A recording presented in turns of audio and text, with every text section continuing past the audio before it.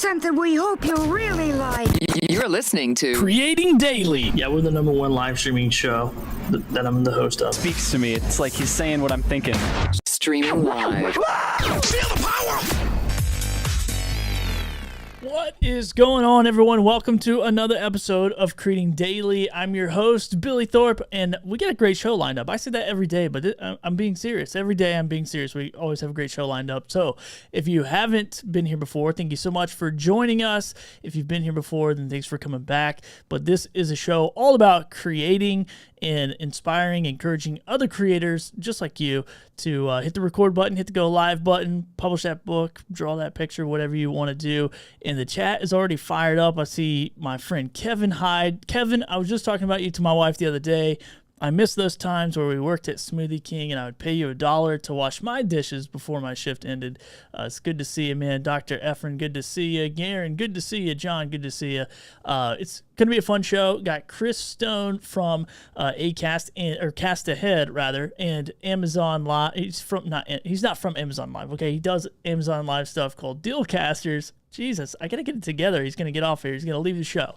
But anyway, he is a podcast consultant, live stream consultant, and we're gonna be talking about how do you build a dynamic show. It's one thing to go live or hit record or put out a podcast, but how do you get people to come back and listen? How do you get them to hit that?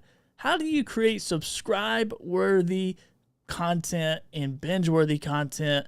I believe that Chris and his partner Jim do a phenomenal job at this over at Dealcasters, and so I'm excited to jump into it.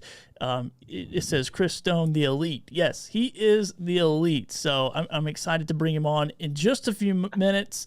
But before I do, as always, got a couple little segments here. Creator highlights. No cooking necessary, no assembly required. It's got to be funky. All right, you guys got to go check out my friend Kevin Lowe from the Down Low with Kevin Lowe podcast. Just a super talking about inspiration. This guy is so inspirational.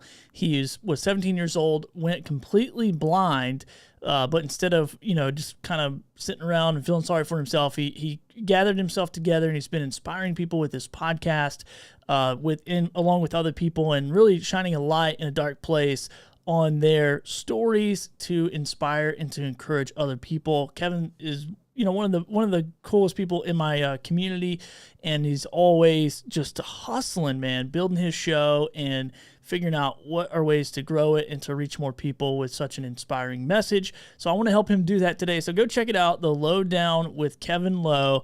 And you can have a sip of Maven coffee while you're doing it. My friends over at Maven, I talk about them all the time, but literally the best coffee in the world. So if you're a coffee freak like me, and I'm not really a coffee freak until I started drinking Maven, now I can't drink anything else. It's so good. It is small batch Colombian brew.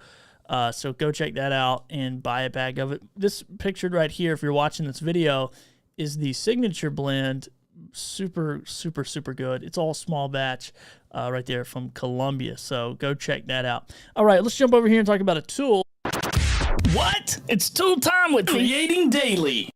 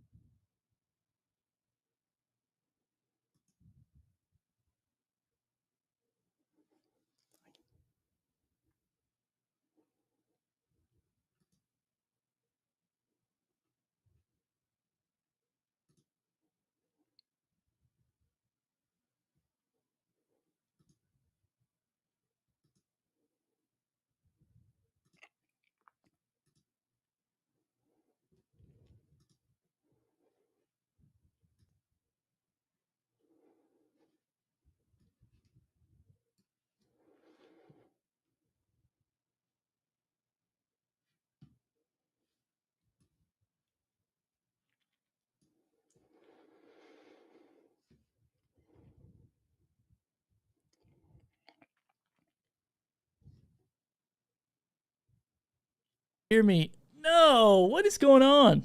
I think this mute button muted me. Anyway, I'm not gonna waste any more time. This is so sad.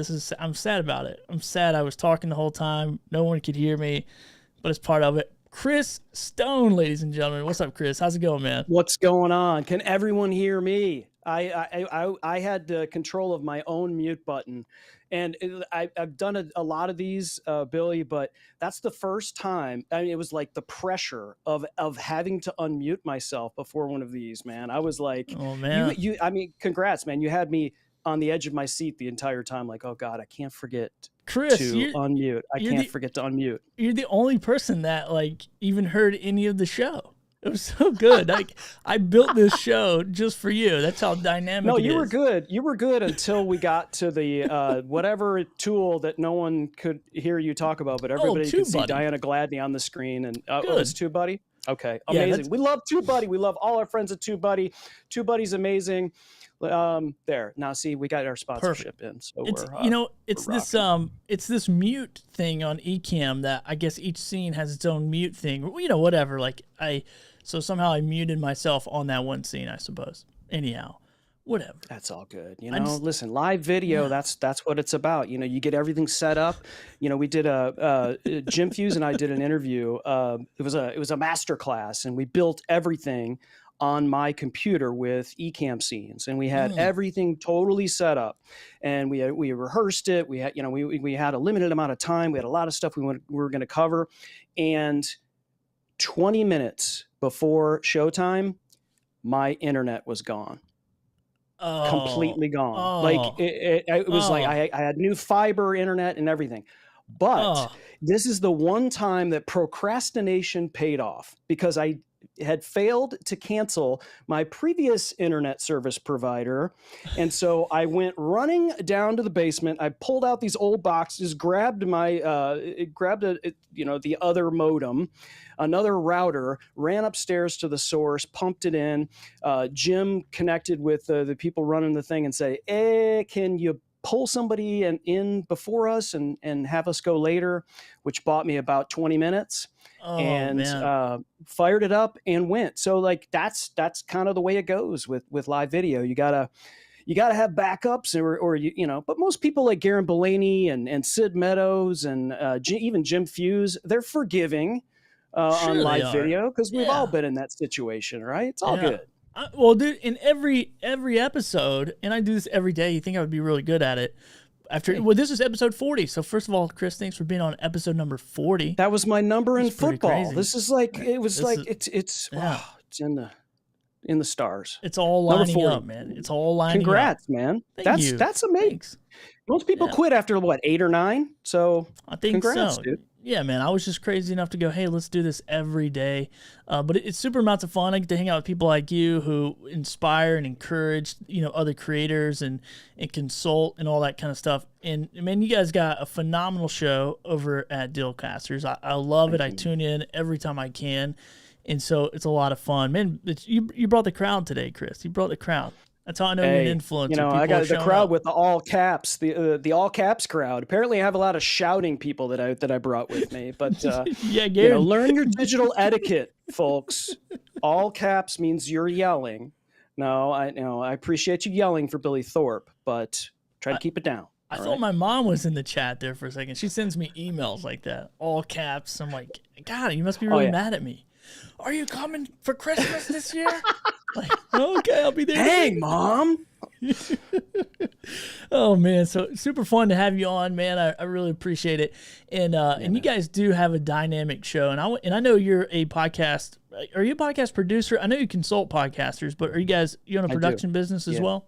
I do. Yeah. I do remote production for a number of podcasts. That's really before Dealcasters was sort of born on Amazon. That's what I did. That's what Jim Fuse did, whether it's, doing remote production for someone who's a marriage therapist or someone who's a sales trainer or someone who is whatever. The bottom line is, most people want a show, but they don't want to know how the sausage is made. And so that's what I do is, you come out of your trailer, you step to your camera, your microphone, you do your show, and I will handle the rest, which includes, intro video, which is important to creating a dynamic show, depending time-wise or, what your content is. Live is always better, in my opinion. I do, one of my sort of bigger clients doesn't do a live show. He records everything remotely with his guests, but then sends the files to me, video and audio, and then I do the stuff on my end. But I just feel like live video, first and foremost, for people like me, it's a little easier, right? It takes less time, so it's cheaper for clients. Yeah. But I just think like interaction, like we're seeing right now with with Garen and Sid and Dr. Elo and all our friends here in the chat, like it makes things a little more dynamic. And I talked a little bit about this on a show a couple of weeks ago, the stream show with DJ Strick and Grant, is that I feel like we all need to be taking every show and treat it more importantly. I think there's a lot of people, and we talked about this when we were chopping it up backstage before we went live. I think a lot of people go live and then it just sits out there.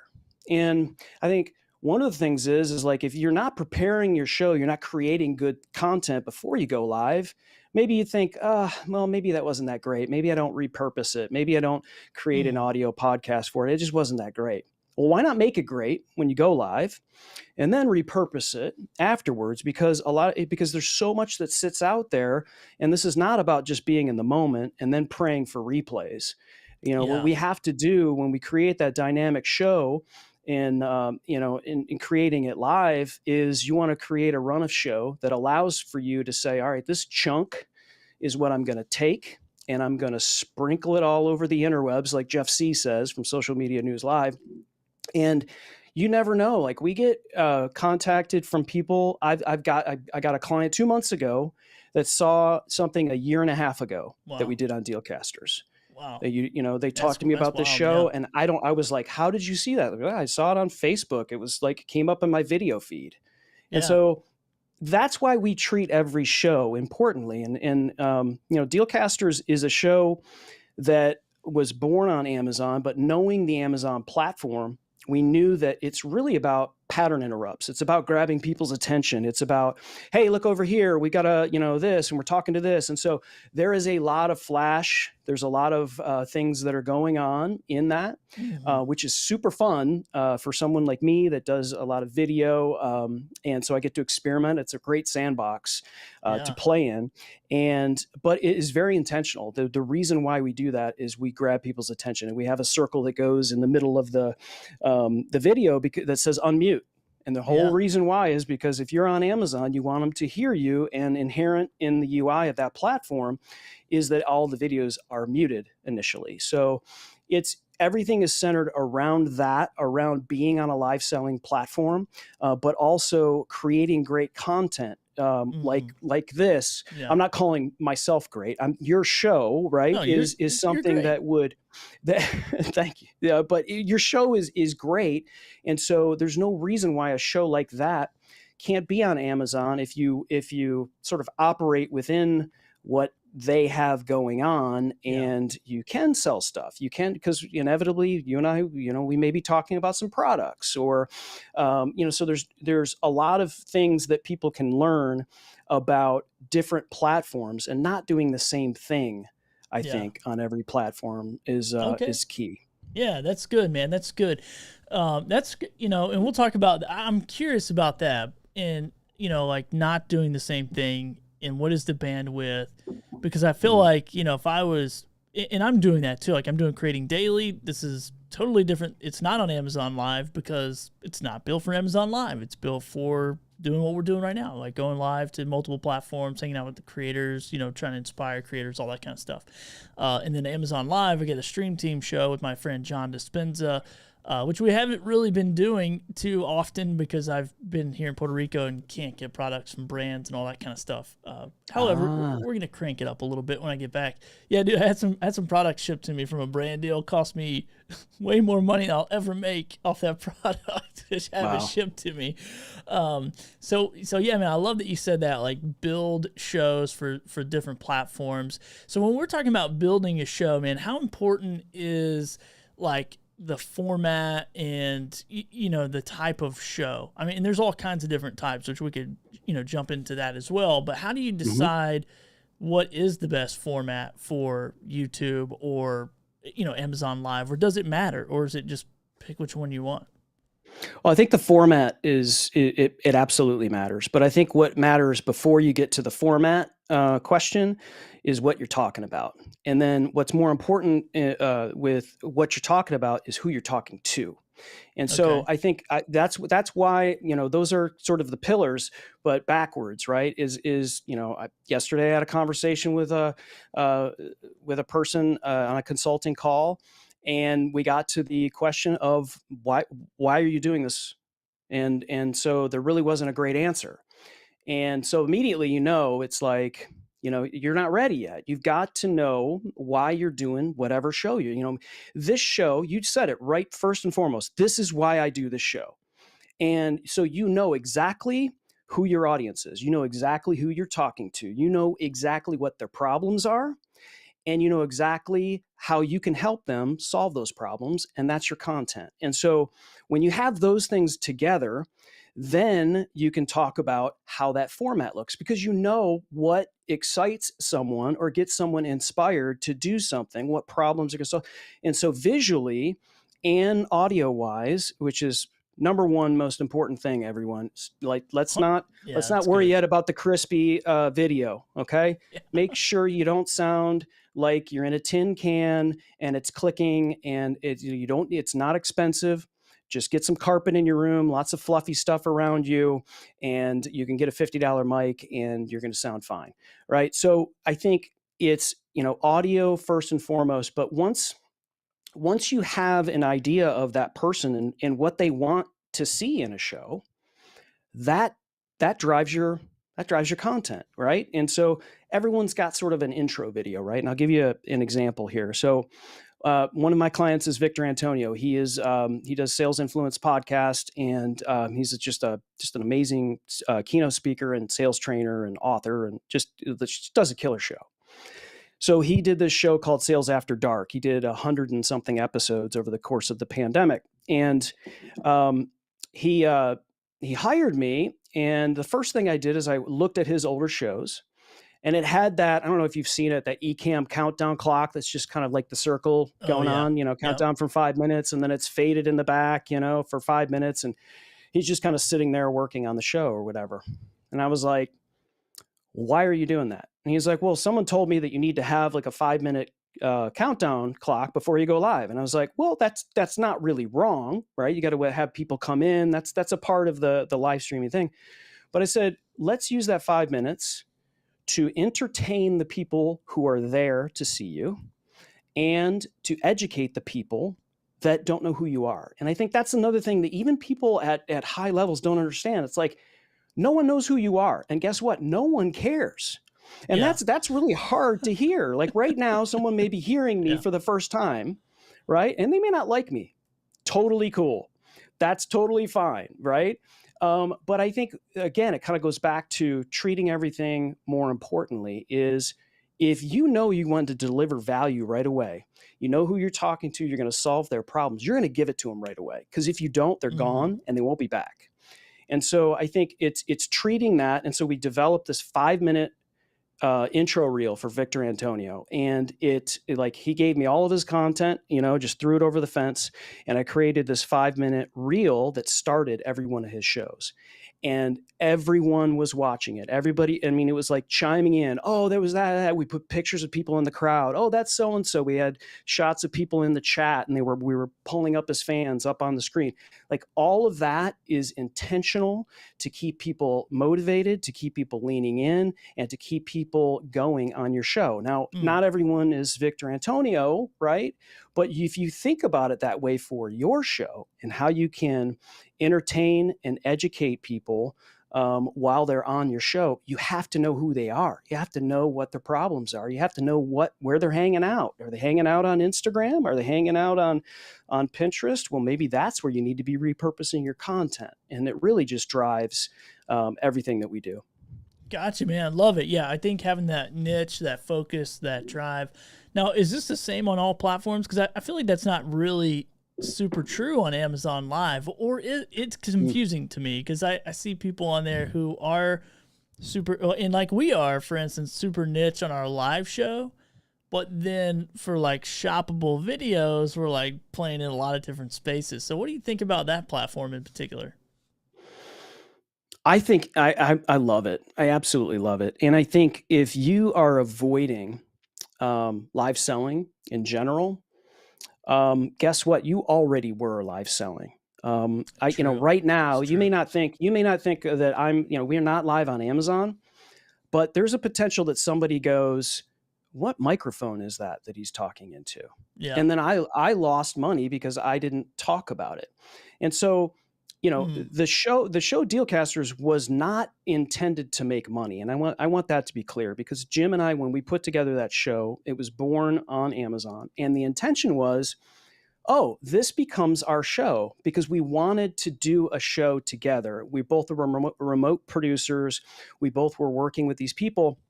And inevitably it came down to tech. Right. And somebody doesn't know how to use it. Somebody doesn't know what give me just, and most of the time it was like, can you just send it to me? And so, yeah, we would do that thing where we were buying kits and doing all that stuff. And I was like, this is like, we can't do this. And so when Jim called me and said, hey, we're Amazon influencers, I was like, what? And then I was like, boom, light bulb went off. This is our show. We're going to be able to talk about the stuff that we like and the stuff that we end up talking about with these clients. And Jim has an incredible network of people. I've got, I don't have as many followers as Kim Kardashian like Jim Fuse, but I know enough to be dangerous, and I can have some people on the show. So what we did is we said, let's look at this as a differentiator. And I think that's key to what you were asking, is that, lots of people have a podcast. They really do. And hey, would you be on my podcast? Hey, would you be on my podcast? You probably get those requests all the time. And then it's like, I don't even know you. I got to do research. Like, what is all that? But no one asks you, at least at the time, a year and a half ago, it is growing, but not, still only maybe 2,000 influencers on the platform. No one asks you to be a guest on their Amazon live show. So we said, this is our differentiator. We will make a podcast from this. Absolutely. But would you come on Amazon Live? So we talked to Jennifer Watson from the Weather Channel, and we did a show on weather preparedness. We talked to Chris Kremitzos, who heads up Podfest and VidFest and wrote the book Start Ugly. We talked to Dave Jackson, Hall of Fame podcaster, who wrote Profit from Your Podcast. They said they couldn't wait to go live on Amazon and talk about their products, talk about the stuff that they knew what to do. And then all of a sudden it's like, well, this is a real show. And that is really when it clicked for us. And we can talk about financial stuff, and we can talk about the shoppable videos and stuff, because that plays into that.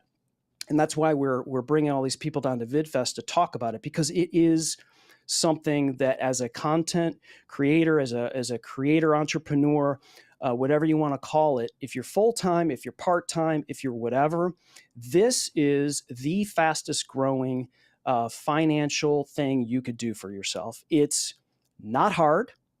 It is something that you can do effectively with stuff you have already in your house. I mean, if anyone has not bought anything on Amazon, come on. I mean, you're under a rock, I guess. So, or you have stuff in your house that's available on Amazon. It doesn't have to be bought on Amazon. Sure, yeah.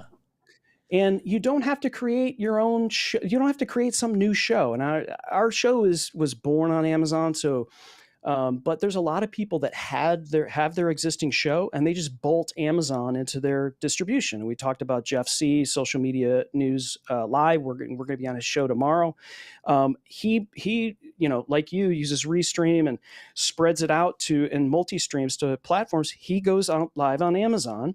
Mhm. And, just keep one eye on the chat, right? Display products when you need to. It's not like the Amazon police is hooking him. He's creating a great show. And what's needed, I think, right now, and which is why Jim and I evangelize so much for this platform, what's needed right now is better content on that platform. The pool is shallow. Billy, I don't know if you remember, like when YouTube was relatively new. Yeah. Yeah. And you'd go to you go to YouTube, everybody's like, oh man, you got to go to YouTube. And you're like, this is hot garbage. This is like, are you kidding? Like, what is this?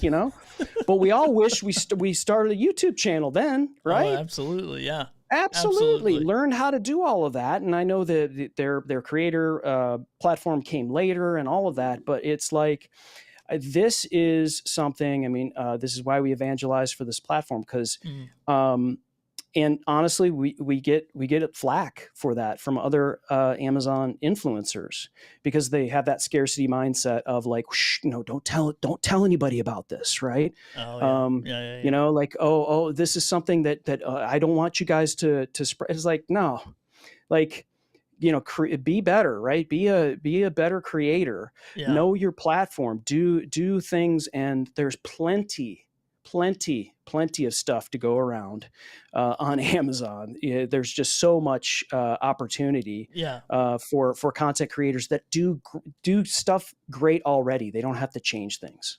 So this is interesting because because I was thinking about that with creating daily. I'm like, dude, if I was going daily on Amazon, I would probably be crushing it. Like if I was going an hour a day on Amazon, but then talking about creating a show, specifically for that platform, I'm trying, I was like trying to rack my brain, like how in the world would I be like, hey Chris, tell me about how to build a dynamic show, Pause, check out my SM7B. I love this microphone. Make sure you get a Fed head with it. It's like, how do you put together that type of show? Because now, and maybe we should have titled this like strategically plan a show for, Amazon Live. But I do think I am creating content every single day. So I'm like, dude, all you do is take that little slider on Restream and there I am. I'm going. So how would you recommend someone like me who's just bringing on other creators? Are you guys spending a ton of time talking about like, oh, hey, Chris, I see that sign in the back there. Like, did you buy that on Amazon? Like, how are you? I actually did. Thanks for asking. Let me click on my carousel right now. No, I think it actually is kind of like that. And so when Jim and I do some more product oriented shows, and when we do, and it's just him and I, we'll create all of our scenes in Ecamm, and we'll, if we have already created a product video and we're not necessarily doing a demonstration, we could pull that product video in as a layer and bring ourselves in. And so we can kind of have conversations like that. And then while we're having conversations like that, we can hit the product, but we do live demos. So if we want to, pull in an overhead look and talk about whatever product here, we've got multi looks that where we can, go to alternate cameras and pull it up really quickly. We're not these, big, fast Eddie sales guys. That's not that's really how it works. Yeah. We will interact if somebody says, well, what about this pair of headphones versus this pair of headphones? Because as you know, Amazon sort of watches the chat. So you have to be mindful of that. This is not lost on us that they're, we're on the biggest mall of the world, basically. True. And doing that. So we want to operate within what they're doing. But I think more to your question, what we do is if we have, like the other day we had Kelly Noble Mirabella and Kendra Losi on, who wrote this book, Digital Etiquette for Dummies. And we knew that it was going to be a great interview. But what we do when we set up the show, much like when you set up the show for me, you sent a form over, right? And so I fill it out and, you do all the things. And anyone who hasn't been a podcast guest yet, just get used to filling out a form. It's not a big deal. Have something ready on the side with all your bio information and whatever you need. And don't paste. like, you wouldn't believe how many potential podcast guests have said to me, I don't fill out forms. I'll be like, well, then I guess you're not coming on the show. I mean, come on. It's tough. That's a tough one. Yeah. And so, in that form, we ask them and we give them a link, which auto-populates in there that says, okay, this person's logged into their Amazon account. Here is the last things that they bought over the last 3 months. And so we will ask them, hey, name 3 or 4 to, as many, at least 3 items that you bought on Amazon or use day to day in your content creator journey, or, that you used for your book or whatever. We'll weave that stuff into the conversation. It won't be like we don't do a stinger and go, now's the product section. Like we don't, it's not that, in fact, it's much more beneficial, I believe. And you know this from being an audio podcaster for years. If the host is sort of reading or talking about the product, in terms of a sponsorship or advertising versus let's play the ad, especially at the end, like no one's listening to it, right? Just kind of weave it into the conversation. Yeah. It's much more valuable for you, especially if you believe in whatever it is, which is another component as a content creator is don't take everything that every brand is sending you. If you become an Amazon influencer, you're going to get a gazillion products and a gazillion or potentially a gazillion products, because there's, I say gazillion too much, by the way. Gazillion. Lots, right? Yeah. So lots of these brands. And listen, if you've never used it before, and you're interested in using it, have them send it to you. And if you don't like it, you say sorry, right? But I think too many people will take too much product, and it just becomes a watering down of the brand. But I'm sorry I'm rambling here so much. Good. But in terms of the run of show. Yeah, we'll kick it off with our intro video, get people hyped, all of our past guests kind of swirling around. We'll do, because that's, people are coming in. We like to interact with people like Gabe here. Leo, thank you for, yes, you like that placement, Gabe? Right. So we interact with people as they come in, because that's important. It really is. And because these are our people. And we like to do different things like, highlight the chat, something like this, where, Jim, obviously he's number one, right? He's number one over there. But we put the chat over here, right? And we encourage people to hit the follow button. But if we're talking to people, we're popping them on the screen. And then this shows up on the replay. Like, get people into it, right? Start talking about your guest. Start getting people into the show. That's always a part of it. If we need to kind of do some housekeeping, like talk about VidFest, here's your tickets, that kind of stuff. Yeah, we'll do that in the first portion. But when it's time to introduce our guest, that is like that. It's basically like a recording session. Yeah. And then at times I may chime in and talk to people. But if you think this is going to become like a YouTube video or a podcast, and just kind of goes back to your audience, if you're giving them the information, you know who they are, you better give it to them almost right away. And so that's the way kind of we treat it. And Gotcha. and basically, if someone's in a show, like Doug Lehman, breaking it down in layman's terms is here. He's been here for how many minutes have we run the show? He's been here for 30 minutes. Okay. Yeah. So Doug Lehman's here. Like, we can talk to the people that are here.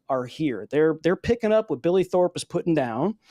So if you start talking about products and things like that, or you start looking at something visibly, it's not that big of a deal, right? I used to think that, anything somebody talks about visually, or if you're talking to somebody in the chat and later they're watching it, or later they're listening to it from a repurposing standpoint, I used to think, they're gone, right?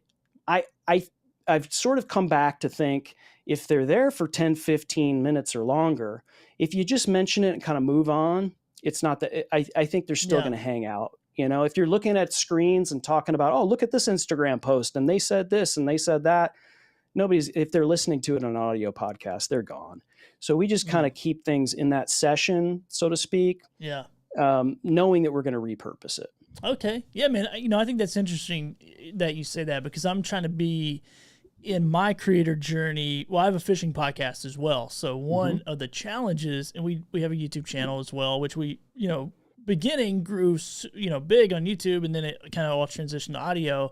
But what we do is we coach our guests to say, hey, if you hold up that fishing reel, you just can't say, hey, look at this. You got to say what it is we're looking at. You got to give us the details, and you got to be really mindful of those things. And we'll even coach them during the episode. Like, we don't really care. We're like, oh, okay, now you said this. What is this? What are you holding in your hand? We'll kind of keep them in that flow of like, hey, this is going to be a listening audience later. And our retainment listener percentage is phenomenal on our podcast. And I think that's part of the reason of that is because we try to keep those people engaged as well. So when you're talking about building a show, now I know we've kind of like talked about Amazon a lot. Are you doing different segments? Like for this show, for instance, I put in, pre-guest segments because literally I'm just tired of, as a consumer of content, of just these boring old interview shows all the time. Chris, where are you from? How did you start podcasting? What's your journey? Why did you do live streaming? Tell me about your mom. Like, and all that stuff is important. But at the end of the day, I'm like, man, I want to kind of almost do like a radio style show. Would something like that work on Amazon? Or are you guys just kind of getting to the meat of the bones and not doing all the fluff up front?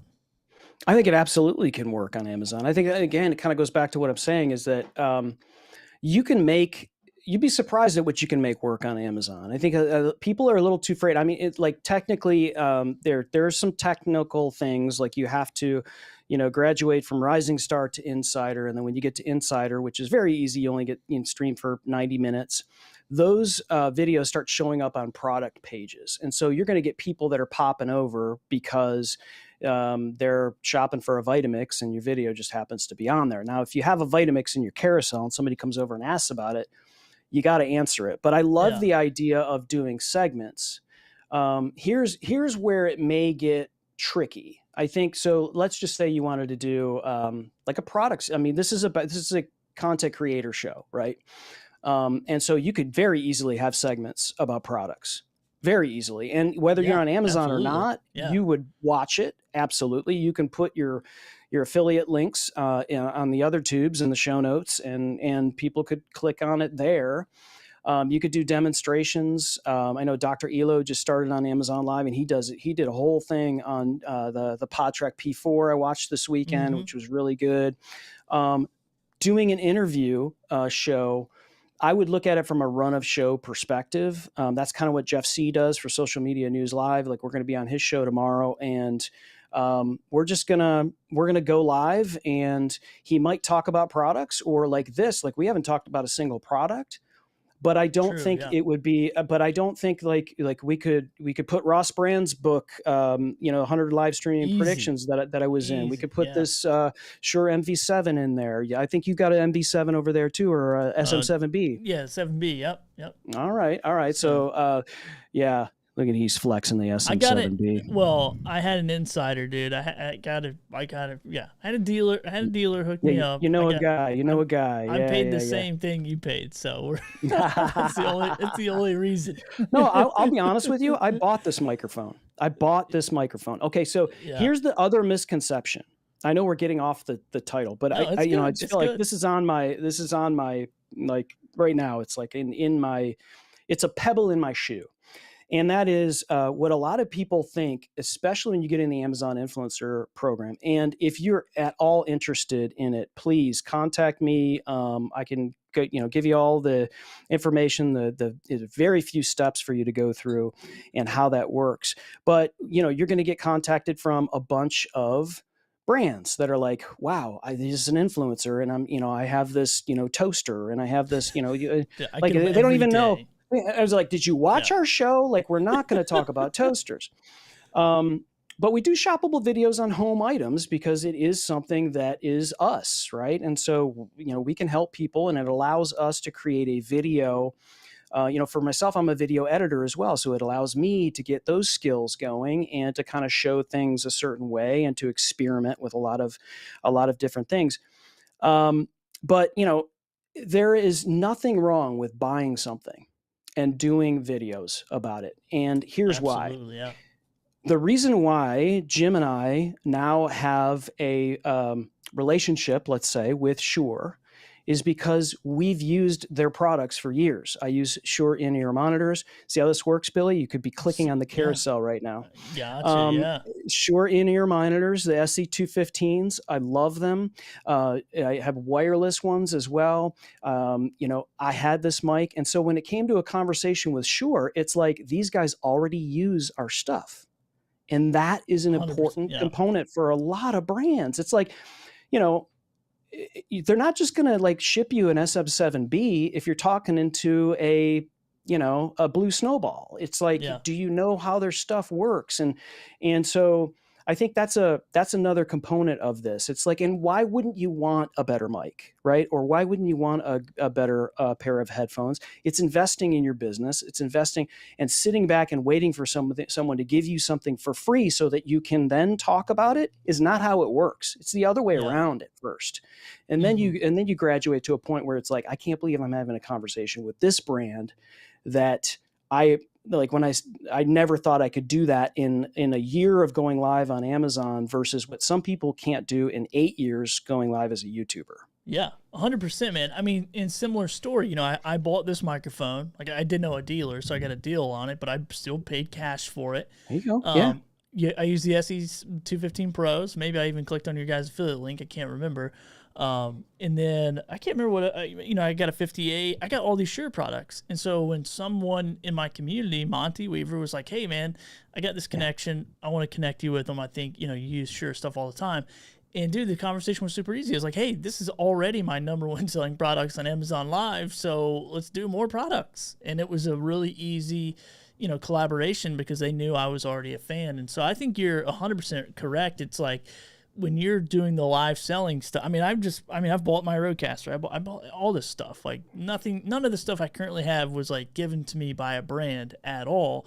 And I just review it and talk about it and talk how I use it, talk about the good, the bad, the ugly, like everything. And so now, like you said, people watch you, they see what you're doing, and these companies reach out to you and go, oh, we like what you're doing. You want to do it for us? Yeah, exactly. So yeah, man, 100%. I think that's the power of, but it is from creating this dynamic, consistent, showing up, putting in the reps, doing the work, like you guys do, that it's going to get that attention. Because, I think far too many creators, and maybe I'm just putting out a broad statement that it's probably wrong. Chastise me in the chat if you want to, but I think a lot of times we're like, oh, well, I'm going to put out 10 podcast episodes, and if I don't have 500 people listening to it, I'm done. And I'm like, bro, I put out 40 episodes in 30 days, and I'm like, I got 50, 60 people listening to my show. I'm like, yay, this is awesome. Thank you guys. I'm like pretty grateful for that, because how else could you get the attention of 60 people to come to any in-person event that you ever put on in a month? You're probably not. Like go start a church and try to get 60 people to come. Right. It's not going to happen. Yeah. So it's a great way of looking at it. Yeah. Yeah, it's a great way of looking at it, and it works for if you're just an audio pod. We're 2 weeks away from Podfest and VidFest, so it applies in an audio podcast perspective as well. It's a long game, and I used to, early when I started this company, I would work with podcasters, and I was pushing them, like, you don't want to pod fade, right? Pod fade is the word. Is that most people quit after 6 episodes, and I got to the point where I was like, why am I pushing these people to do this when they don't like it? And so I will say this, consistency is absolutely paramount to whatever you're doing in any sort of content creation. But I will say this as well. If you don't love doing it, stop doing it. And that's, people ask us like, why are you going live on Amazon? Jim and I did not start Dealcasters to make money, to have the influence to be leading VidFest in a couple weeks, like having an Amazon track all day. Like, that's not why we did it. I mean, I'm thankful and blessed that is happening. However, we do it because it's fun. It really is. I mean, we have a blast. It's like when I get to build a Dealcaster show, I love it. I absolutely love it. And because not only is it fun, but then everything that I'm doing, I can apply to what I do as a content entrepreneur, as a podcast consultant, as a remote producer. These are things that we learn and apply already, and we get to have fun. So if you're not having fun doing this, please find something else. Do a search on LinkedIn. I don't know, but like, I don't understand how someone could not have fun, but I'm not everyone. Right. True. And so Yeah. that's just kind of, yeah. Yeah, man. Same for me, man. I have a long history of being the production guy, working for other people. Going and showing up and doing video shoots and TV stuff and all this fun stuff. And I just loved it, man. And then when I stopped doing that, I got into something else for 10 years. And then when the pandemic came, it was like opportunity to get back into, doing all this kind of stuff. And I was like, man, I love, it's like for me, doing a live show every day is like making your bed, brushing your teeth. It's just become a part of who I am and my rhythm. And I absolutely 100% agree, man. And when you get in there and you really love the work, it's not really work. Like people are like, oh, doing a live show is so hard. And I'm like, no, it's not, man. It's fun. Like I love the pressure of getting a run sheet together a few hours before Chris Stone gets on and figuring out, okay, how or even preparing a show and saying, hey, this is the direction it's going to go. And then it goes, oh, wait, I'm going to take this other direction. Like for me, this is so much fun to navigate this creator lifestyle that that all this technology allows us to have at our fingertips. Literally, it's insane to me because it makes you better. That's it. It makes you better. And so like I've got 3 rules that I have as my I don't know. I probably have more rules than this, but the number 1 rule for me is for every day. These are my everyday rules. Number 1, make my wife laugh. That's my number 1 goal, because the only reason why she married me is because of my sense of humor, as you can tell. Number 2 is listen to music. Listen to music every day. Now that's my rule. Music is very important to me. It's a part of fueling my creativity.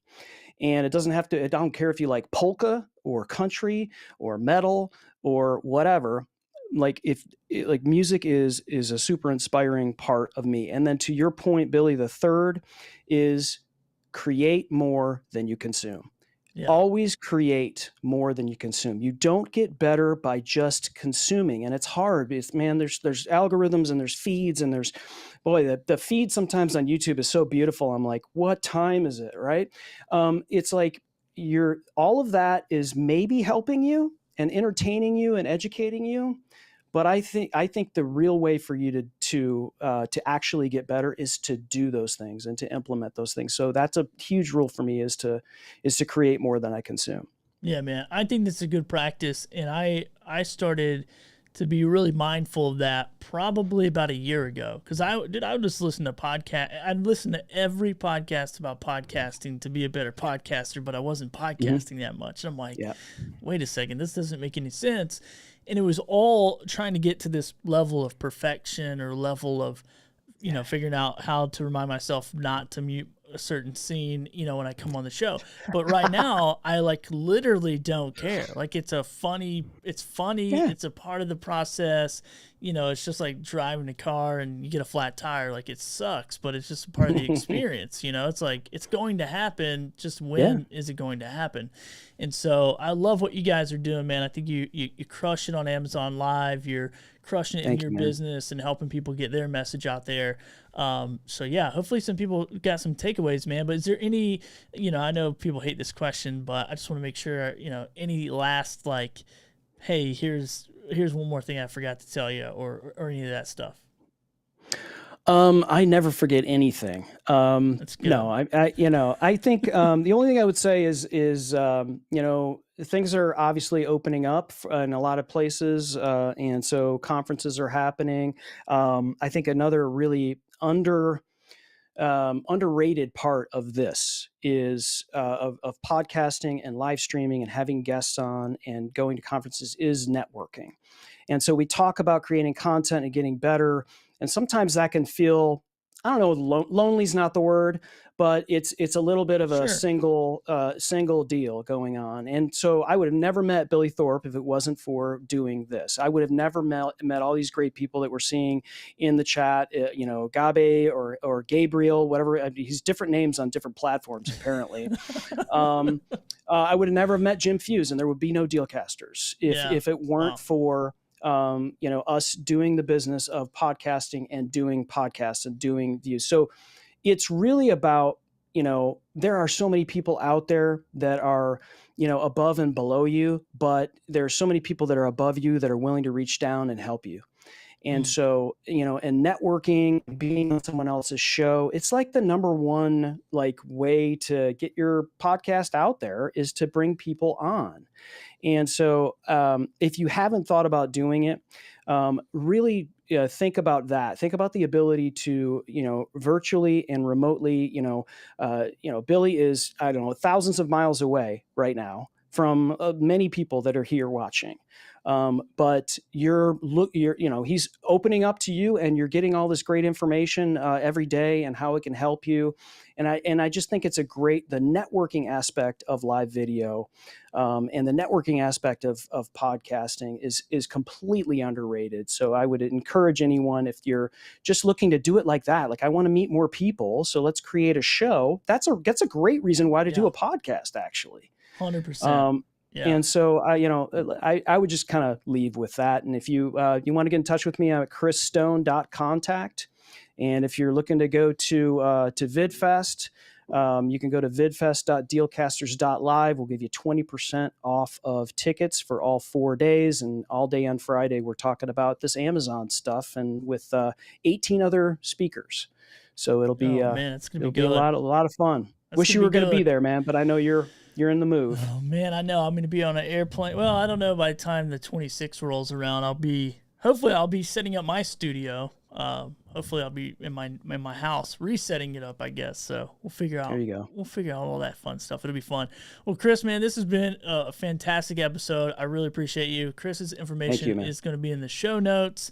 So yeah, man, we'll have you back on for sure. And I won't try to recruit you to be a daily co-host. I'll leave Jim's partner alone. I was gonna be like, you know what, I'm gonna recruit Chris, but I am, I'm considering a co-host, because I do think I love that camaraderie that you do build over time. And I have a couple of shows, per week that I bring on the same guest co-host with, but that daily co-host is very appealing to me, because I'm here. It's kind of lonely. There's, I got the vision board going, but it's just me. It's just my perspective, my input. So I love what you guys have done, man. It's very inspiring to watch, and I go, oh, I'm jealous. I want that, So yeah. Well, you know what? Like you're not us, but I do think there is, just to kind of dovetail on that, is there is some real value in partnering up with someone. And it doesn't have to be someone that's on camera with you. It could be someone that just maybe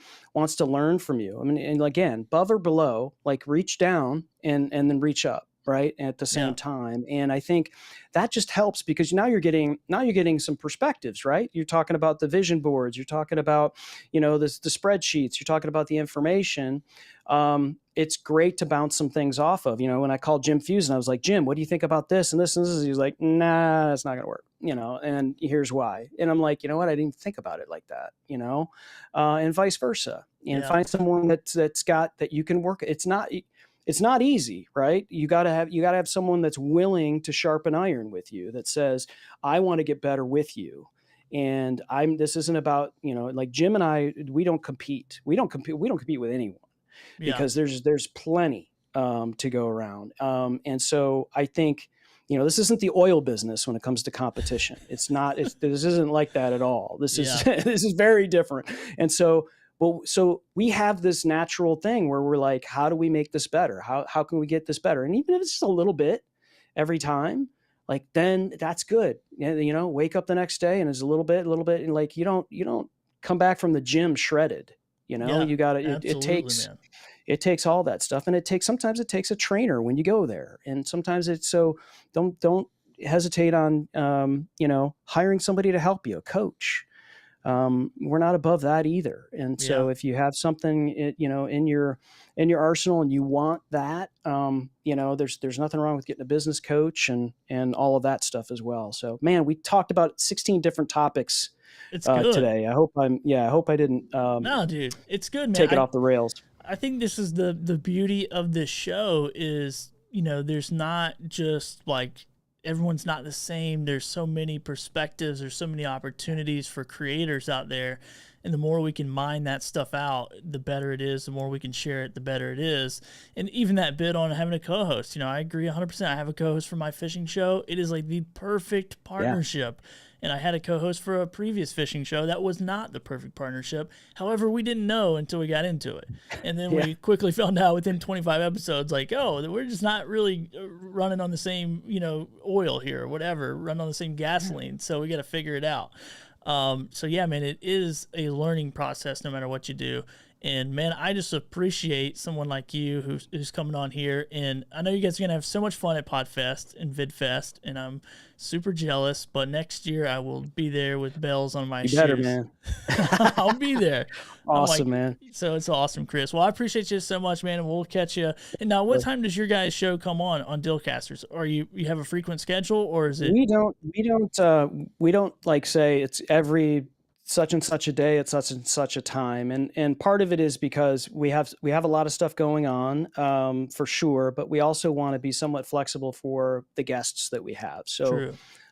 If you say my show is every Wednesday at noon or whatever, well, you're automatically cutting off the potential for guests, and so we don't have a specific day that we do that.